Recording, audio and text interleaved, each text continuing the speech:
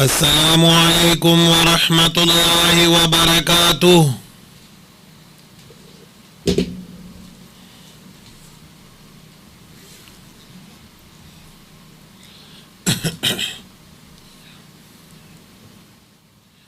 اللهم صل على سيدنا ومولانا محمد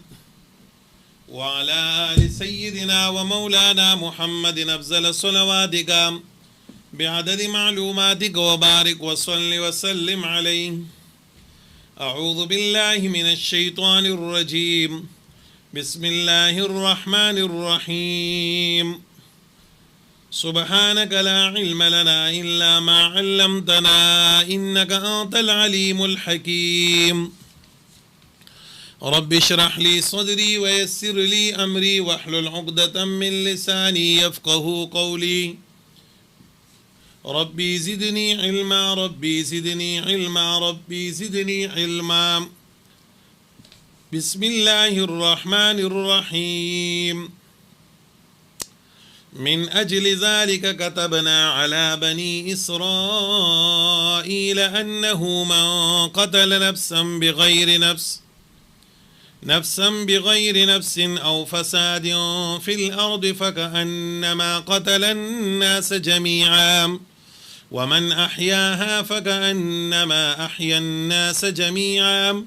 ولقد جاءتهم رسلنا بالبينات ثم إن كثيرا منهم بعد ذلك في الأرض لمسرفون. إنما جزاء الذين يحاربون الله ورسوله ويسعون في الأرض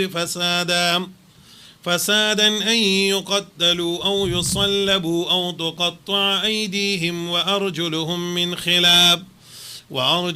من خلاف أو ينفوا من الأرض.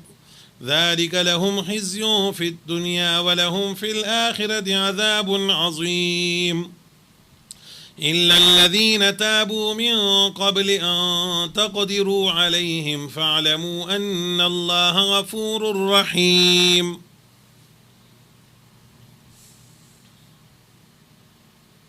شپږم سپاره سوره مائده آیت نمبر 32. شپږم سپاره سوره مائده آیت نمبر 22. من اجل ذالک روان دی الله جل جلاله دا مسئله بیان کړه چې تاسو د جهاد نه کینئ ما رستو کیږئ ما او جهاد کوي د الله تعالی په لار کې او داغي کې بیا د حابیل او د قابیل واقعم بیان کړه چې تاسو ګورئ چې کله حابیل د خپل دفاع ونکړه او جهاد یې ونکړو نو هغه چې کوم دی نو څه شو؟ شهید شو. د خپل دفاع کول ولا پکارو. د الله تعالی یو نمونه پیش کړه. اوس الله جل جلاله فرمایي من اجل ذالک، د وجه د دې مذکور واقعینا، من اجل ذالک د وجه د دې مذکور واقعینا دا کوم واقع چې وړاندې بیان شو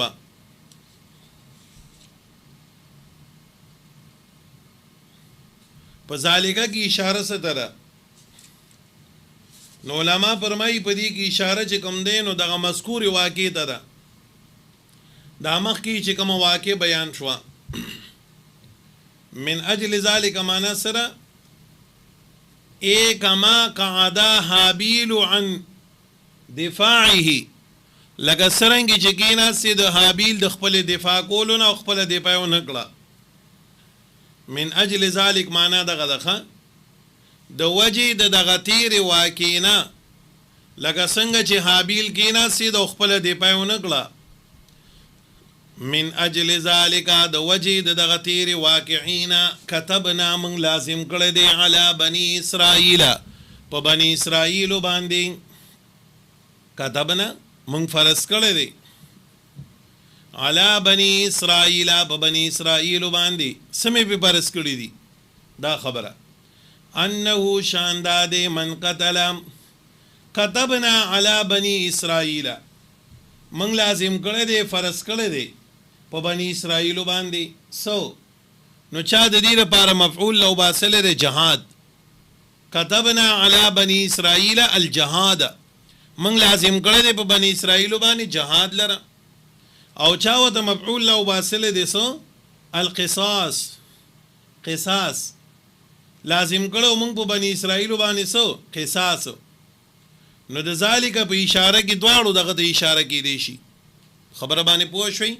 دغه مذکور واقع د وجنه په بني اسرائیل باندې موږ لازم کړو جهاد یا لازم کړو موږ په غی باندې قصاص خبره پوه شئ من اجل ذالک د وجه د مذکور واقع نه چې دا کوم واقع مخکې بیان شو كتبنا من لازم کړه دی علی بنی اسرائیل په بنی اسرائیل باندې سمې په لازم کړو انه شانداد من قتل انسو چې قتل کی نفسا یو نفس لرا ظلما بغیر نفس بغیر قتل نفس بغیر د قتل کولو دی او نفسنا بغیر نفس معنا سره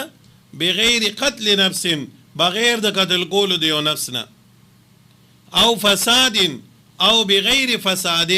یا بغیر د فسادنا خبره باندې پوه شئ موږ لازم کړی دی په بني اسرائیل باندې سمې په لازم کړو چې من قتل نفسا چا چې قتل کی یو نفس ظلمن بغیر نفس بغیر قتل نفس بغیر د قتل د نفسنا او فسادین یا بغیر د فساد نه نو فکأنما گویا فی الارض پس مگی فکأنما گویا کی دی چی دی قتل الناس د قتل کو خلق لرا جمیعا طول لرا چا چی پا مقدس مگا باندی یو ناروا قتلو کو خبر بانی پوشوی چا چی پا مقدس مگا باندی یو ناروا قتلو کو یو ناروا قتل نو دی دا سی دی لکه د چې دا ټول خلق قتل کړل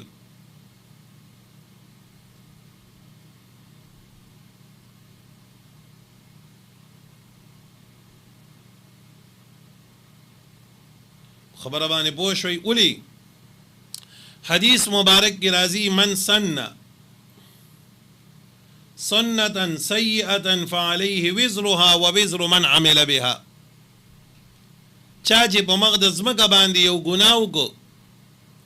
یا د ګناه لارې رایج کړه او څومره خلک د هغې ګناه په لاره باندې روان دی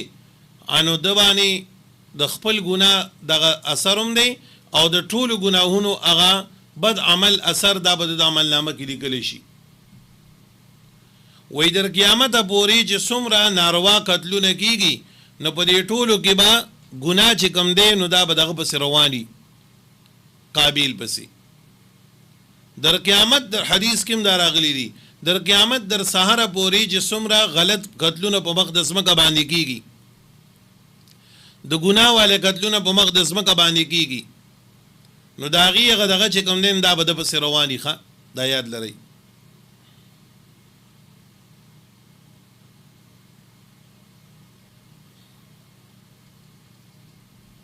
فکأنما قتل الناس جميعا گویا کہ د قتل کدی خلق لټول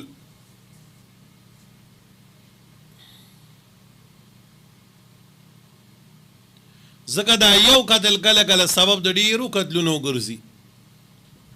دا یو قتل سبب د ډیرو قتلونو ګرځي کله کله دا یو قتل بندو کی دا ذریعہ ګرځي د نورو قتلونو د پاره الله تعالی تشبیه ورکړه وی د دې مثال دا سې دی لکه د چې دا ټول عالم قتل کو ټول خلک قتل کړو ومن احیاها او هغه چا چې بچ کو یو تن لرا ومن احیاها هغه چا چې بچ کو یو تن لرا یو نفس لرا فکأنما گویا کې دی چې احیا الناس بچ کړو خلکو جميعا ټول لرا ټول خلک بچ کړو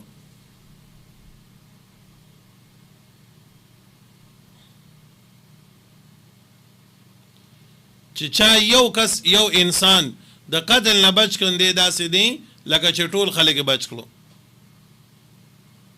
او دلته کې دا تخصیص د بنی اسرائیل په دی وجه باندې وشو چې اول آسمانی کتاب تورات چې دین دی تنازل شو او باغی کې دا حکم کتابی شکل کې موجودو د دین وړاندې په کتابی شکل کې دا حکم بل چاته دا سينو راغله. نو ځکه الله تعالی د تخصیص د بنی اسرائیل کو نو محترم کوشش ته دی پکار دی چې یو انسان ژوند د بندا خیر ورکی ستاد لاس چاته خیر ورسیږي تا یو صلح وکړه دا غي د وجنه د قتل لار بن شو تا یو خبره داسې وکړه چې دا غي د وجنه فساد د پښو دا پکار دی دا سینې دی پکار چې وسړې ولګي او د بل مسلمان په قتل کولو کې د چاته اشاره وکي په سازش کې وسر شریک شي لار وته وخی دا بالکل نه دی پکار. وی چې ګل یو سړی ته دا پته و چې دا یو کس د بل مسلمان قتل پس لګیدل دي او بیا هم دغه سره همدردی کوي لار وته خی ملګرتیا وسره کوي لار وته سیده کوي اشاره وته کوي چې دا سړلو دیو پورا په دې قتل کې شریک وي. د دې د وجنه ډیر زیات د خبرې خاطر کوي چې ګوره زمونږه استاسو نه بل چاته نقصان نه رسیږي چاته نقصان نه رسیږي. او نن خو خلک دومره بے باکه دي ډو پروايي نه چې دا ځکه خبره کوم نو دا به سبب د سګرزي د دې رستو به دا ذریعہ سګرزي. تاسو ګورئ زموږ په معاشره کې بل قتلونه د پیغور د وجو شي ګونه شي دغه پیغور ورکون کې په دې کې ګوره بیا بدنام او دارنګ بدکار دی دنه بل الله تاسو کوي. نو د دې د وجنا ډیر احتیاط وکړ دی چې بنده به احتیاط باندې وخت لري اسینا چې زمونږه استاسو داخله او زمونږه استاسو د جبه سبب د چا د نقصان او د قتل وګرځي. و یوزلی ابو بکر صدیق رضی الله تعالی عنہ ناسو صحابه کرام سره ناسو نو یو صحابي ورګي امیر المؤمنین داسې په دې ګیره مبارکه باندې خسن کې وونته کېو نو داسې ډیر په طریقې لري کو او بیا پر مایل چې ما د نبی علیہ الصلوۃ والسلام نو ریدلې دي ما د نبی علیہ الصلوۃ والسلام نه اوریدلې دي چې کله دی مسلمان په مخ باندې صداغو خسن کېو برغونته کېو او هغه بل مسلمان دغه نه لرګ په دینیت باندې چیرې دی په دغه نشي دی په بدلګین د دې وجې دی لرګو او هغه داغ ماغه وا خسن کې دی ولري شو. نو ما د نبی علیہ السلام نو اوریدل چې د قیامت پر ورځ باندې بدن الله د ګناهونو هغه ګندګي لري کی. وی ابو بکر صدیق رضی الله تعالی عنہ چې دا خبر ووریدا نه په جلا باندې شو وی جړل چا امیر المؤمنین ولې جاړي وی جاړم پدې چې الله تعالی دی مسلمان په ظاهری بشره باندې یو داغ لرکول باندې دومره خوشاليږي نو چې کله یو مسلمان ولګي او په بل مسلمان باندې تهمت ولګاو داغ په ولګاو او بل مسلمان د سپکو کا دیدل باغ باندې یو ګناه وي چې الله به خپګيږي په دې باندې سمره د لوی خلکو لوی سوچي لوی نظری بما سره فکر د دې خبره دی چې الله تعالی په دې خبرو خوشحاليږي دومره نو چې خپګيږي به سمره خبره باندې ورسېدی. نو ځکه یو پرمایل چې چا یو انسان بچ کو دلته دا ټول عالم چې بچ کو الله دې موږ تاسو ذریعہ وګرځي د امت د بچ کولو لپاره د دنیا د تکلیفاتو او د آخرتو څنګه چې دنیا کې یو انسان ته بچ کی د قتل نه د شر نه الله به دوره خوشحاليږي نو چې یو انسان بل مسلمان د آخرت د تکلیف نه بچ کیدل به الله سور کوي. ذکر دنیا د تکلیف خو فانی دی د آخرت غ دایمي دی باقی دی. ستاد لاس یو سړی چې کوم نه مزګزار شو ستاد وجه یو سړی چې کوم نه حج نو کړي ستاد وجه حج کو زکات نو ورکړي ستاد وجه زکات ورکو او د آخرت د دایمي غذاب نه بچ شو طالب به الله صدر کوي چې دنیا کې یو سړی د بل مسلمان د دفاع لپاره د بل مسلمان د خوشحالولو لپاره یو سبب وګرځي الله په دوره خوشحاليږي نو چې یو انسان د آخرت د کامیابی ذریعہ چوغرځي الله بدله سور کوي. د دې وجه چې مونږه تاسو د یو بل د دنیا او د آخرت د دواړو د خیر ذریعہ وګرځو د یو بل د دنیا او د آخرت د کامیابی ذریعہ وګرځو امام ابو حنیفه رحمت الله علیه وی مناظره کوله د په وخت کې دا الحاد ډیرو دارنګې دا فتنې ډېرې وي خو چې کله به په دې خبره باندې پوهېده چې دا سړی اوس په تیش کې راغی او دی اوس کفر طرف ته روان دی وی بس بیا به مناظره هم بس کړه چې ایمان یې ځای نه شي د دې د وجې نه زه څنګه د خپل ایمان داسې د بل چا د ایمان به ډېر خیال ساتو دارنګې د آخرت باندې به ډېر نظر ساتو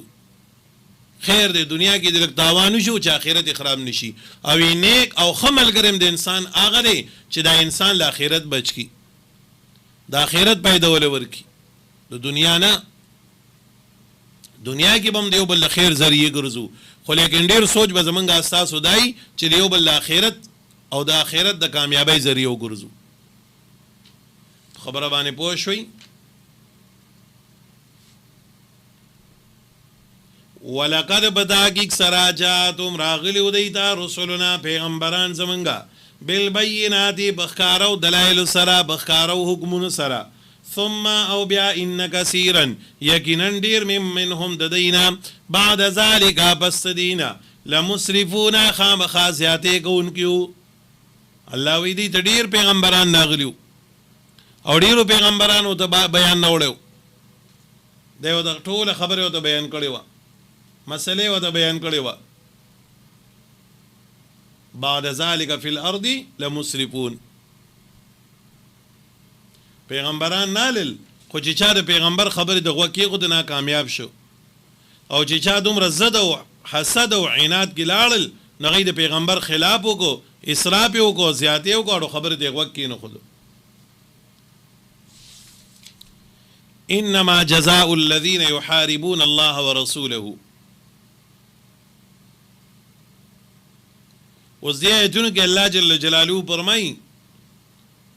چې پیغمبران براله مسله به بیان کړه خو د مسلې د بیان نه هغې بعد بیا مطمئن شوي نه دي کې ناصلي نه دي که چېرې دغه مسله چا نه ده منلې نو هغې سره جهاد هم کړی دی او که څوک دغه مسلې سره په بغاوت کې راوچت شوی دی نو هغې سره چې کوم دی نو څه کړي دي هغې له حد ورکړی دی نو دې آیت کې الله فرمایي چې د آیت د مسلې د بیان نه بعد تاسو مطمئن کیږئ ما خاموشه کیږئ ما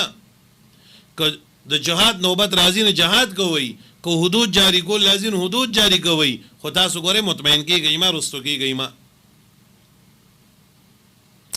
بعضی مفسرین فرمایي وی دا آیت نازل شوی دی په باره د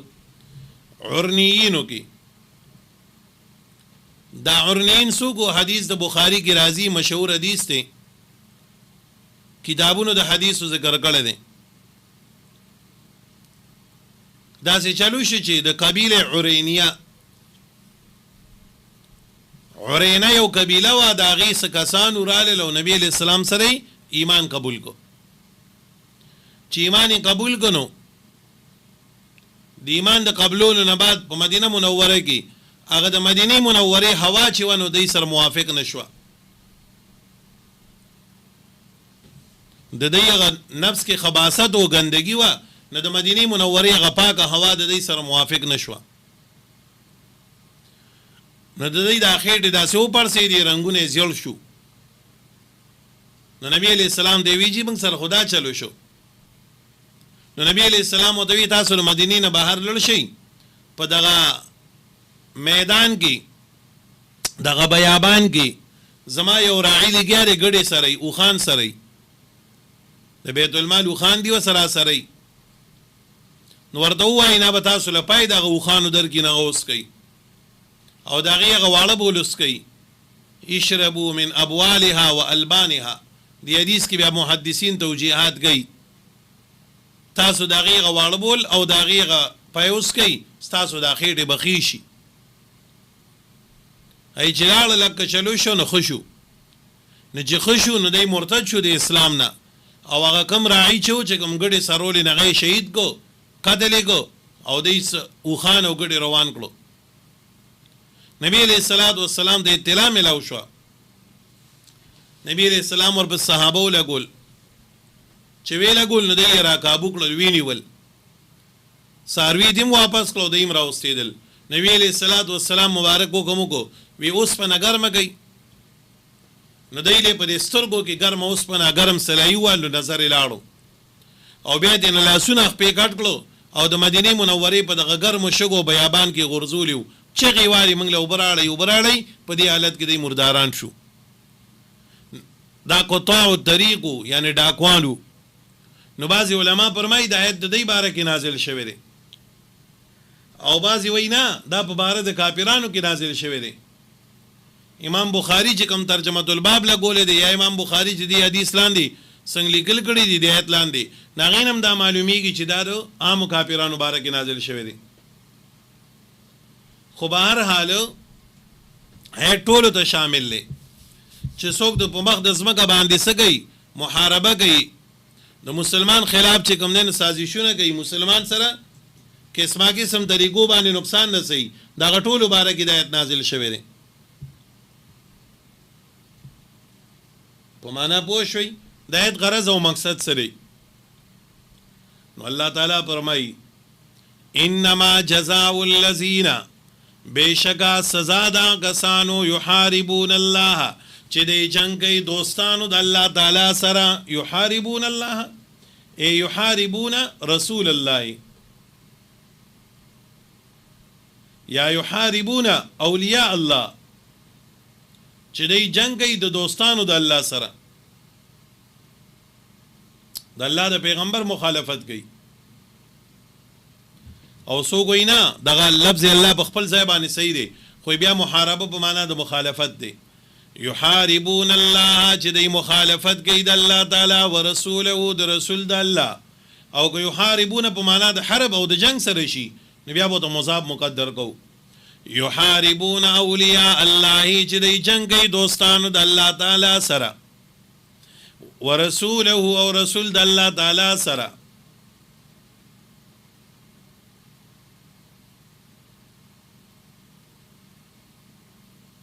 بل ويسعون او دی کوشش کوي فی الارض په دې ځمکه کې فسادن د فساد ان یقتلوا دا چې دی قتل کړي شي یو او یصلبوا په سلای باندې کړي شي دوا او تقطع یا دې کټ کړي شي ایدیهم لا سند دی و ارجلهم مخفید دی من خلاف عدل بدل من خلافنا عدل بدل چې سم خپینو غسلاس او چې سم لاسی نو غس خپا سلورم او ينفو یاد دی وشړل شي من الارض د دې ځمکې سلور قسمه سزاګان الله د دې لپاره بیان کړی ان يقتلوا او يصلبوا او تقطع ايديهم وارجلهم من خلاف او ينفو من الارض یاد دی وشړل شي د ځمکې سلور سزاګانی الله تعالی د دې لپاره بیان کړی سلور سزاګانی مراد د دینه باغیان دي چې د اسلامي حکومت نه بغاوت گئی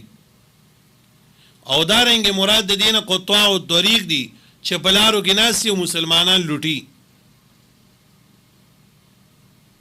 نو ربط پیدا سي لګو چې بما قبل کې الله تعالی بیان د فساد کو او دلته کې قانون د فساد بیانې ما قبل کې بیان د فساد کو او دلته کې وای چې کوم خلک مفسدان دي دی له بسنګ قانون وي نو دا غي د پر الله سلور سزاګانې بیان کړي او ماوی چې دینه مراد څوک دي باغیان چې د اسلامي حکومت نه بغاوت گئی او یا د دینه مراد قطاع او طریق دي یعنی هغه خلک چې لاري لوټي نو امام مالک رحمت الله علیه فرمای وی دلته کې دا او د پاره د اختیار دی او برای تاخير اختیار دی ستامانی موقوف ده چې کومه سزا ول ورکول غواړي نه ول ورکول شي او سلور سزاګان الله بیان کړی کنه یا د قتل کړی شي یا د پسولای کړی شي یا د لاس خپکټ کوي یا د جلاوطن کوي سلور سزاګان الله بیان کړی نو امام مالک رحمت الله علیه فرمایي او دلته کې راغله دی نو دا او برای تاخير دی یا په معنا سره یا داسې وکي یا داسې وکي نو دا موقوف د په سیاست د قاضي باندې قاضي دی وګوري ک قتل کې خیر نو قتل لګي ک سولای کولو کې خیر په سولای دی کی او کنا په جلاوطنای کې خیر جلاوطن دی کی او کلا زخ په کټ کولو کې خیر اندادي وکي. امام مالک صاحب دا وای او امام ابو حنیفه رحمت الله علیه او امام شافعی رحمت الله علیه دا د الله احسان دی چې امام شافعی سے موږ سره متحد شو. اکثر چې امام ابو حنیفه رحمت الله علیه اختلافي په مسله کې نو د شافعی صاحب سره ای خودل د امام شافعی سے موږ سره متفق دی ښا تاسو انتراله امام شافعی صاحب رحمت الله علیه موږ سره متفق شوی دی. نو امام شافعی رحمت الله علیه فرمای او امام صاحب زمونږ امام ابو حنیفه وینا دا او د پاره د نوع دی او د پاره د سری د نوع تنویع نوع بیانې چې سالور قسمه سزاګانې قرآن بیان کړي نو سالور قسمه جرمونه به تر وباسو ډېر ښکلې معنی کړې ده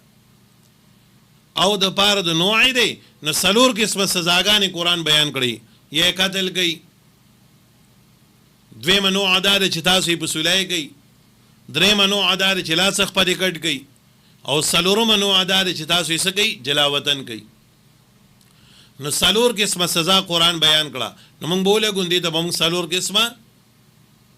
نقصانات او چرایم راو باسو. نو راځي یو جرم د دوام او یو یاد سره لګو لږ ویښ شي خدا زیاده تاسو ګورئ یو سړی په لار باندې روان دی او یو شاړه کې یو کنده کې ډاکوان ناسي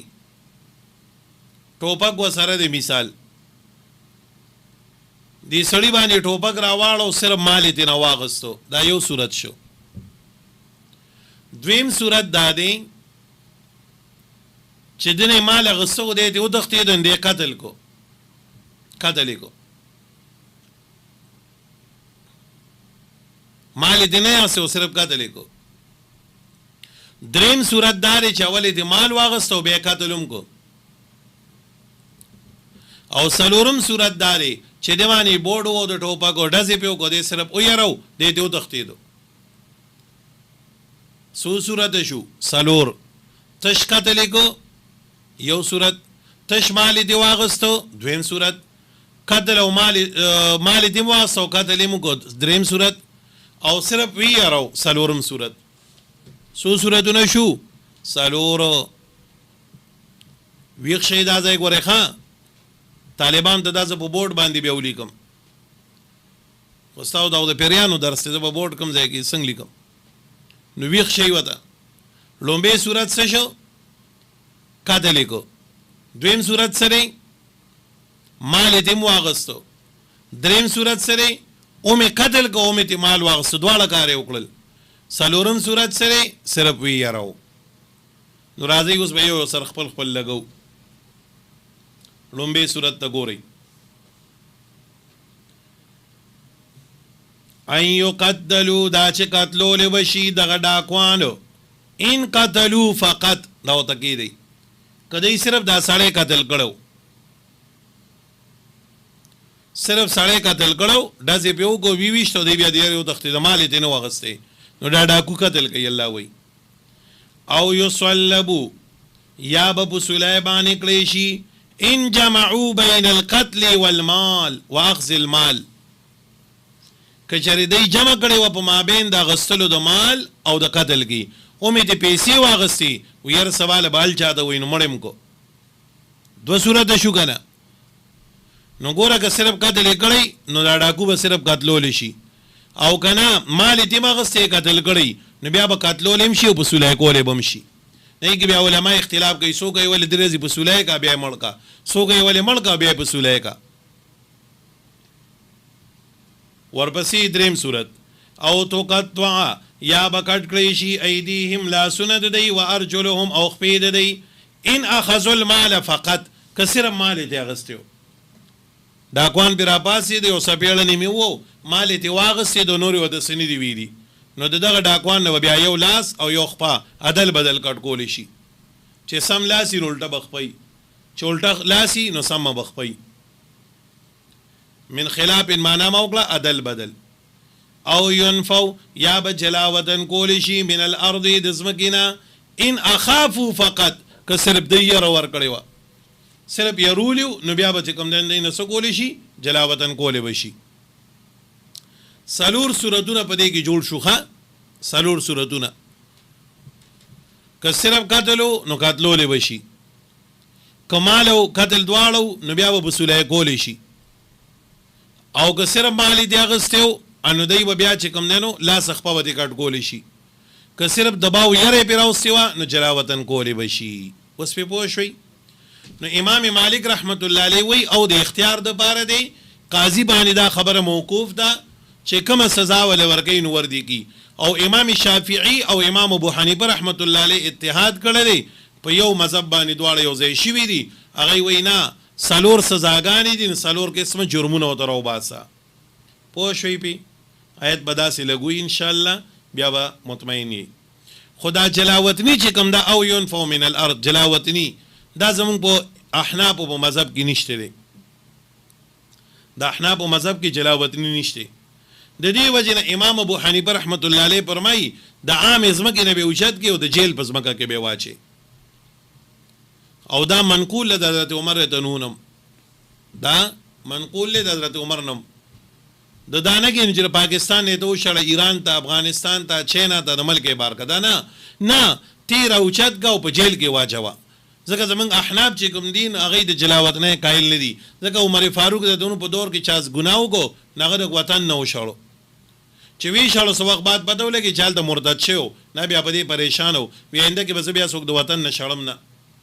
نو جلاوطنی نه د پکار او شوابی منی خبره پوه شوي ذالک دا مذکور سزا لهم د دې لپاره خزي رسوایی ده فی الدنیا په دنیا کې ولهم د دې لپاره فی الاخرته باخرت کې عذاب عظیم عذاب دلوي الا الذين مگر کسان تابو چې دی توبه وباسي من قبل مخکی ان تقدروا چې تاسو قدرت عمومي علیهم په دی باندې ها یو ډاکو یو غل دی غلای کړي دا ګناه کړي دی خلا حکومت رانیول نه دی او د دین مخکې د توبه وباسل خپل ګناه سرګن کو او حق ادا کو کوم غلای چې غسی وا هغه ته واپس کو نبی الله وی بیا ته سموای خو من قبل مانام دادا چې درسو پوری په حکومت وخت قادر شوی دی راټینګ کړي نی او راټینګ کو دینه بعد بیا توبه وباسیندا بیا توبه نی دا بیا توبه نه ده بیا بول سزا ورکول شي فعلموا بوشي ان الله بیشک الله تعالی چې غفور الرحیم بخون کې او رحم کوون کې ذات دی الله تعالی بخون کې او رحم کوون کې ذات دی الله وی بیا پوښی دا سود پر سبب دغه دی بس دا ډیر دی دا کافی دی ټیمو مشو او نن خو زما د دې توقم نه و بل باران شوی دی زمنګ لار کې خو بیا بل وبوي خدا او زما ملګری الله دې لا جرور کی نو ما به موټر راوستو کبه موټر سایکل باندې راتلو زمانه خو بیا پاتې و خو الله دې لا جرور کی نو د دې جذبې د وجه الله او رسولم زدا سبق پکې الله پاک وک ترجمه ته بیا وګورئ من اجل ذالک د وجد دی مذکور واقعنا كتبنا من لازم کړه والا بني اسرائیل په بني اسرائیل باندې انه شاندار من قتل اسو چې قتل کی نفس یو نفس لرا ظلما بغیر نفس بغیر د قتل د نفس نه او فساد یا بغیر د فساد نه فل ارض پسمکه کې فکانما گویا کې دی چره قتل الناس صاد قتل خلق لرا جميعا طول ومن احیاها چې بچ کو نفس یو نفس لرا بتنفيذ قانون القصاص پنا پیسکولو د قانون د قصاص فکانما گویا کې دی چې احیا الناس بچ خلق لرا جميعا طول ولقد بداګ سرجاتم راغلیو دی دا رسولنا پیغمبران زمونږه بالبينات په دلایل او معجزات سره ثم او بیا ان كثيرا یقینا ډیر منهم د دینا بعد ذالک پس دینا فی الارض پسمکه کې لمسرفون خامخاسیاته کون کی دی انما جزاء الذين بشکا بدلو جزاء دا غسانو يحاربون الله چې دی جنگ کوي دوستانو د الله تعالی سره او رسول او د رسول د الله سره ويسعون دی کوشش کوي په لار دی پزماګه کې فسادن د فساد کولو ان يقتلوا دا چې دی قتل کړي شي او يصلبوا دی په سلای باندې کړي شي کدی قتل او مال غسل دواړه کړي او تو قطوا یا بکټ کړي شي دی املا سنت دی ور جلو مخ پی دی که صرف دی اغسلی مال من خلاف عدل بدل او ينفو یاد دی جلاوطن کړي شي د عام زمکه نه بوتلی شي زمکه جیل تا ان اخافوا فقط ذالک دا لهم د دې د بار خزن رسوایی د په دنیا په دنیا کې ولهم د دې د بار په آخرت په آخرت کې عذاب عظیم عذاب دلوي الا الذين مگر هغه سان تابو چې د توبه وباسي من قبل ان تقدروا روان دي د دین چې تاسو قدرت مومي علیهم په دی باندې فعلموا پوشي ان الله بشک الله تعالی غفور الرحیم بخون کې او رحم کوون کې ذات دی صدق الله العظیم دعا وکي الله تعالی زمونږ او د ټول نه رضا شي الله زمونږ دا سبق قبول او منظور کی الله ته زمونږ نه په دی باندې خوشاله شي الله د دې سبق په برکت سره الله زمونږ او د دې د ټولو پریشانای حل کی استقامت مو نصیب کی الله مونږ ټول مخلوق د شر نه وساتي الله مخلوق زمونږ د شر نه وساتي سوره بیماران دی الله غټول شفای کامله عاجله مستمر نصیب کی الله د چا کورونه نشته فراخ کورونه ولور کی د چا اولاد نشته صالح اولاد ولور کی د چا دشمنی دی الله ته ول صلح وکي زمونږ کلی کې وجې سه مپات شوی دی الله دې وته بخنه وکي نور داسې مشران کوم مپات شوی دی غیر چا پیر د کلو کې سو کو پات شوی دی الله دې ټولو ته بخنه وکي الله دې زمونږ استاد سره ټول استقامت نصیب کی الله دې موږ له خیر راکړي الله دې موږ ټول له شرونو او فتونو مصیبتونو نه بچ کی الله دې زمونږ استاد په ژوند کې خیر او برکت واچي سوره بیماران دی الله دې ټول له کور او شفا وګرځي الله رحمک الحمدلله دعا هدا الله نه پرونو غوخت الله را باندې باران کو الله دې په موږ باندې د خیر او د رحمت باران دائم وساتي چې څنګه رامانی دا ظاهری بارانو کو موسم را د یخ کو دا سید الله په باندې باطینی رحمتونه راووري او الله دې موږ د شرونو فسادونو نه بچ کی الله زمونږ او د دې د ټولو خیر نصیب کی اللهم اصلح لنا شاننا في الامور كلها ولا تكلنا الى انفسنا طرفة عين اللهم حبب الينا الايمان وزينه في قلوبنا وكره الينا الكفر والفسوق والعصيان واجعلنا من الراشدين برحمتك يا ارحم الراحمين